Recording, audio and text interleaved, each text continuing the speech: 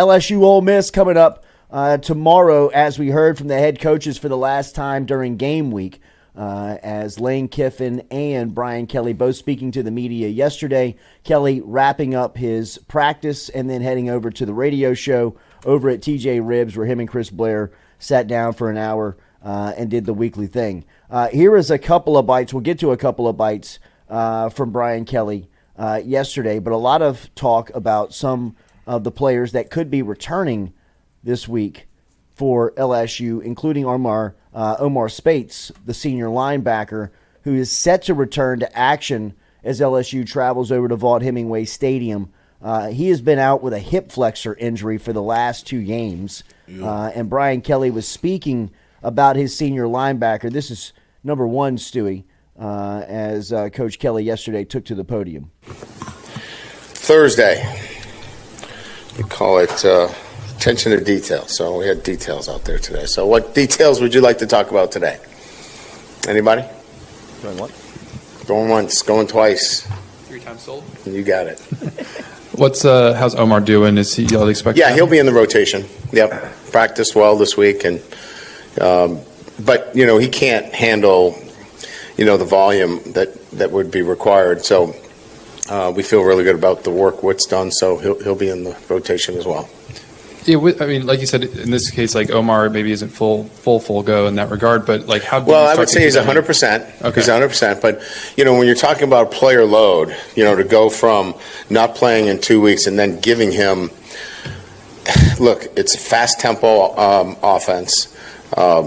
You're really talking about quality reps, and he's going to fatigue, and so it just makes sense that we're on top of that, and be really careful that we integrate him back in the game in the right manner. Be interesting how they handle this weekend with Spates and Weeks, and this will bring up the debate on playing the best player once again here. And again, this is no knock on Omar Spates.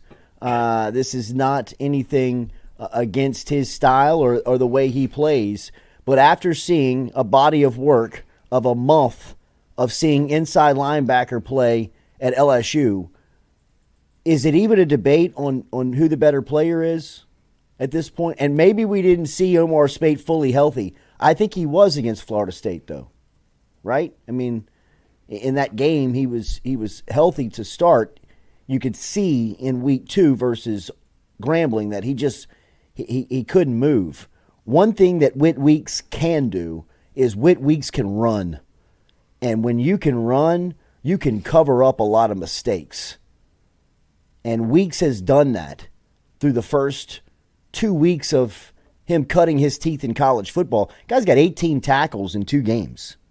The leading tackler in his first start at Mississippi State. Followed that up with a 7-tackle performance the next week. I mean, he has a knack and a nose for the football that you cannot deny, and I wonder how you can keep off the field.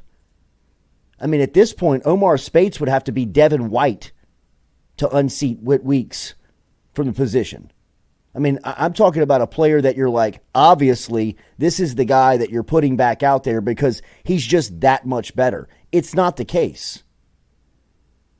And look, again, I'm willing to give this thing a period of maybe Spates was hurt when we saw him the first time. Maybe this was an injury that was coming out of fall camp. If so, okay. If he gets out there on Saturday and shows that he can move, tackle, plug the gap, fill the hole, make a play, then you got a couple of linebackers. But what I've seen out of Whit Weeks in 2 weeks since he's been on the field, what are we debating? Like, what are we going back and forth over? 40's the guy. And I don't think particularly that it's close. So I hope that this is not, again, a situation where you wonder, how are you not playing the guy that should be out there that's impacting the defense the most, the best, gives you the best opportunity to win the game? So, I am weary on how they re-implement Omar Speights back into the lineup. And it's nothing on Speights. It's nothing that he has done in particular. It's sports. You get hurt, you have the potential of losing your job. And in this case, when Speights went down, the production went up. And I just hope this is not another scenario where you're wondering why the LSU staff is not playing the best player to give them a chance to win the game. And again, look, this hadn't happened. And this is nothing that has already, we're not reacting to anything. It just seems by some of the sound bites like, what's the phrasing, right? Why are you thinking this hard on it? I mean, what else do you need to see? Weeks makes your front seven different.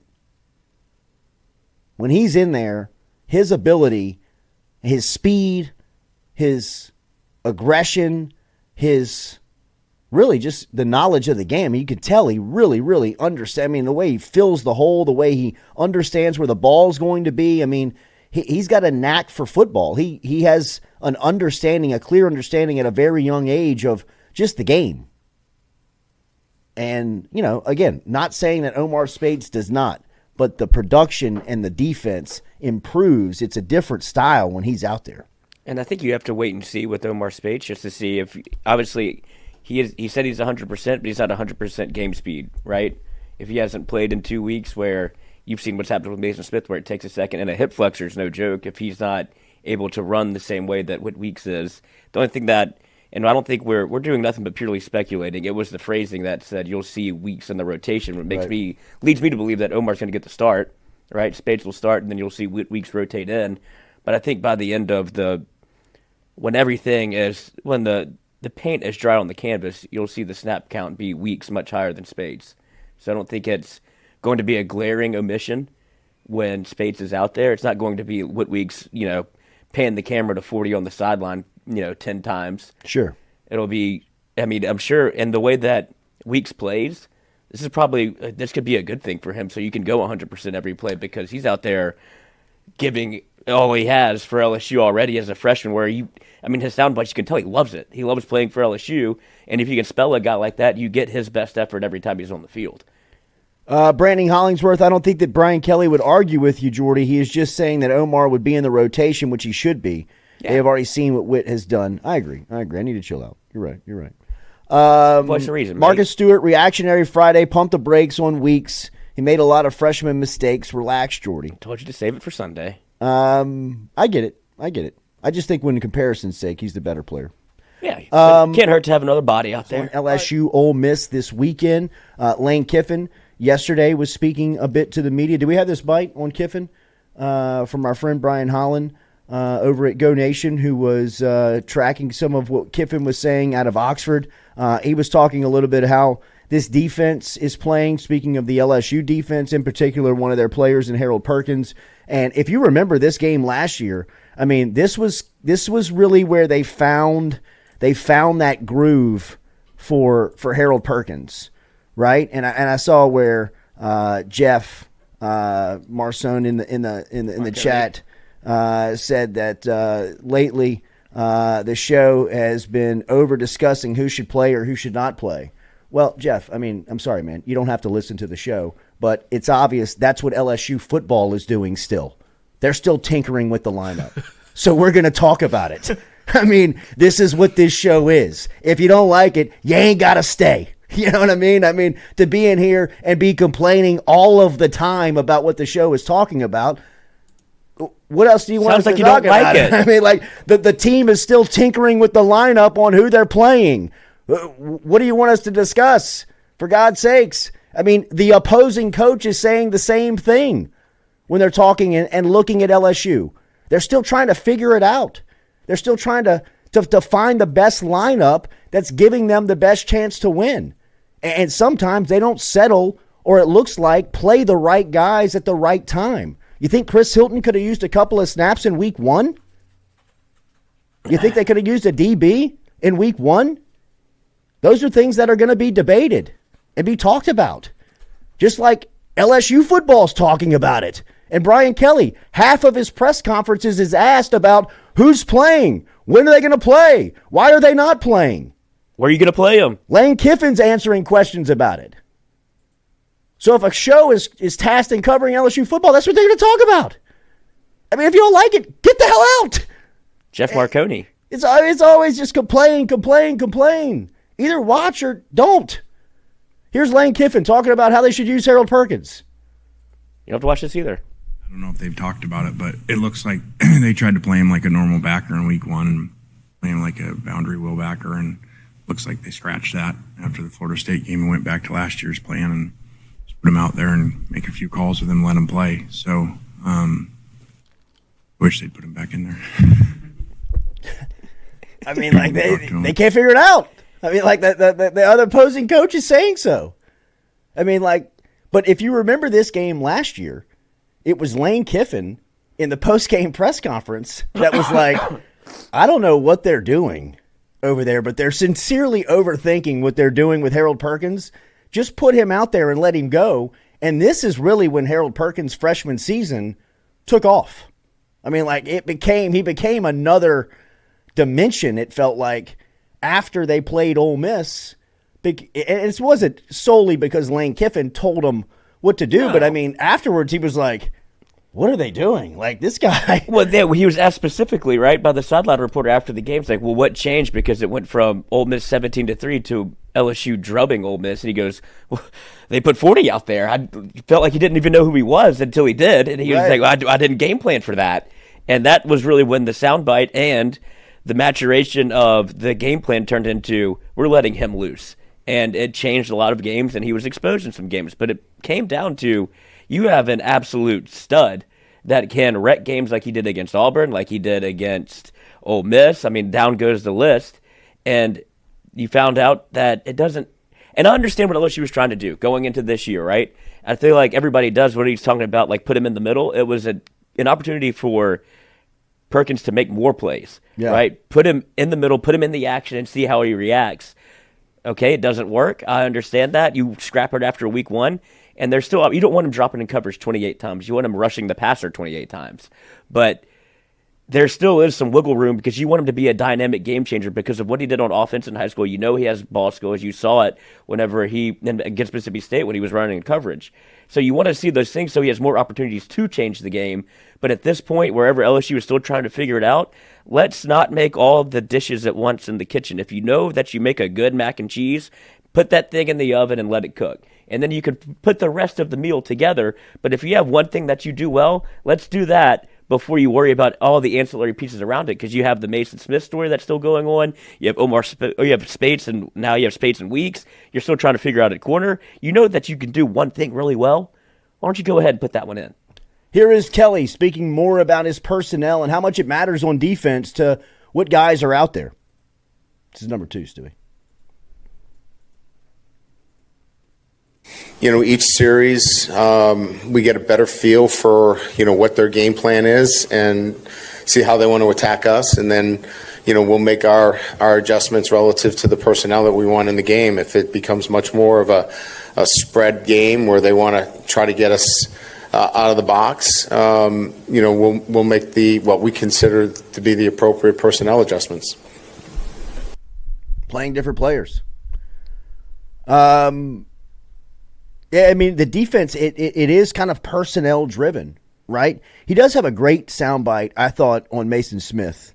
Did we get that one? Yes, this is the last one. This is number 9. And I think this is what we've talked about with Mason Smith and how much attention and really how much he is doing through the first couple of weeks of being out there. And it's stuff that we don't see. It's stuff that we may not recognize. It's definitely stuff that does not show up on the stat line, right? Like when you go and look at the stats in the post game, you will see or not see production from Mason Smith in numbers, right? But we all expect to see the numbers when we watch Mason Smith, hear about Mason Smith, know what Mason Smith can do. So when you don't see those numbers, you do say, well, he's underperforming. And for his standard, he probably is. But he's still doing a lot of good things, and he's still doing things that only Mason Smith can do.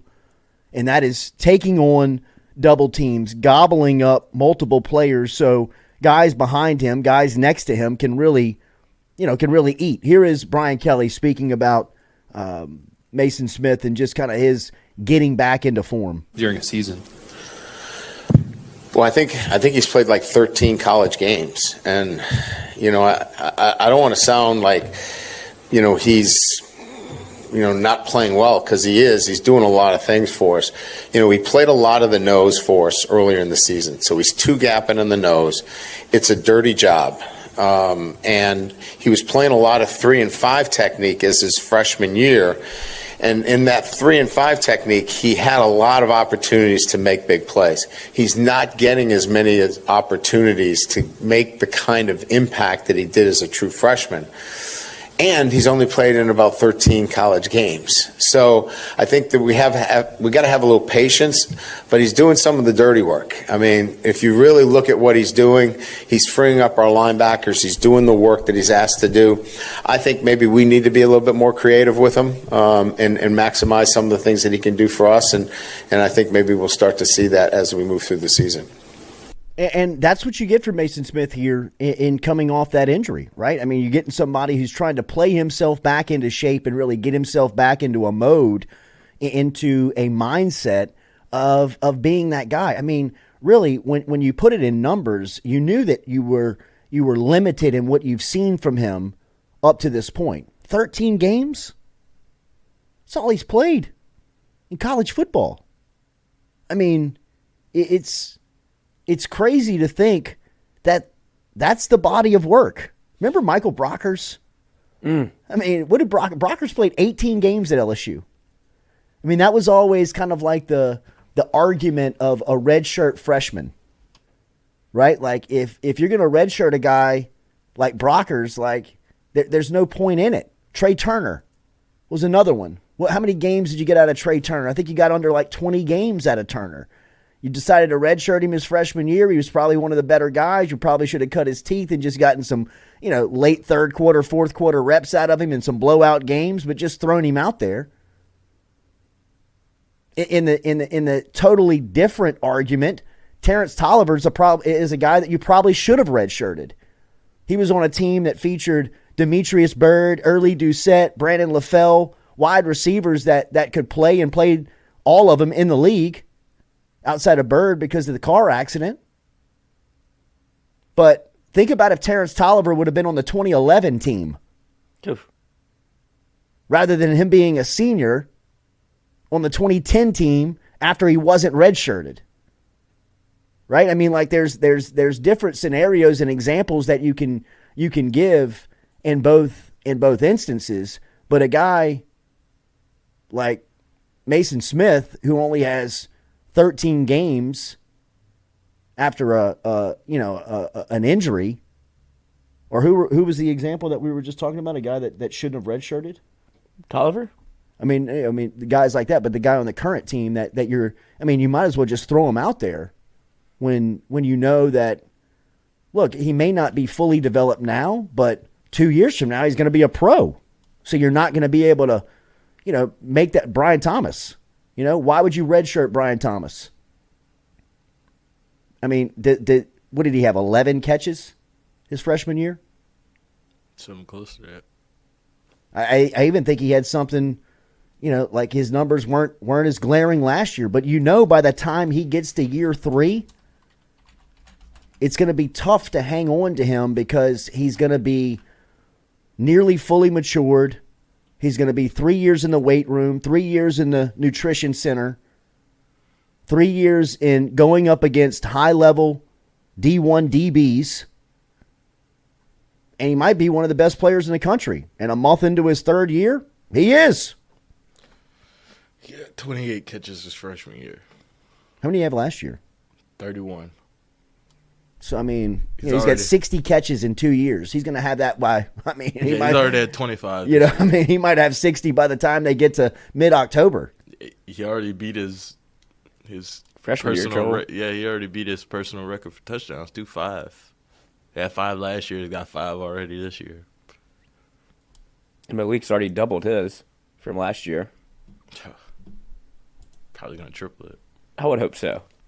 If LSU, then that's what I was asking before the show, is if you wanted to see an LSU offense continue to play the way that they have been, wherever they score, you get into what has become the LSU way to win, which is these shootout games where you score 40 and give up 30, or if you wanted to see the defense step up and maybe the offense takes a step back, and where it becomes you get more of a defensive effort, and if that comes at a cost of the offense, it's not that they have to correlate, but I was just saying if you'd rather see a 14-10 game where you get some signs of life from the LSU defense as opposed to another 41-35 type, 42-35 type game where the offense is the star of the show and you're still continually trying to figure it out on defense. I say keep refining the offense.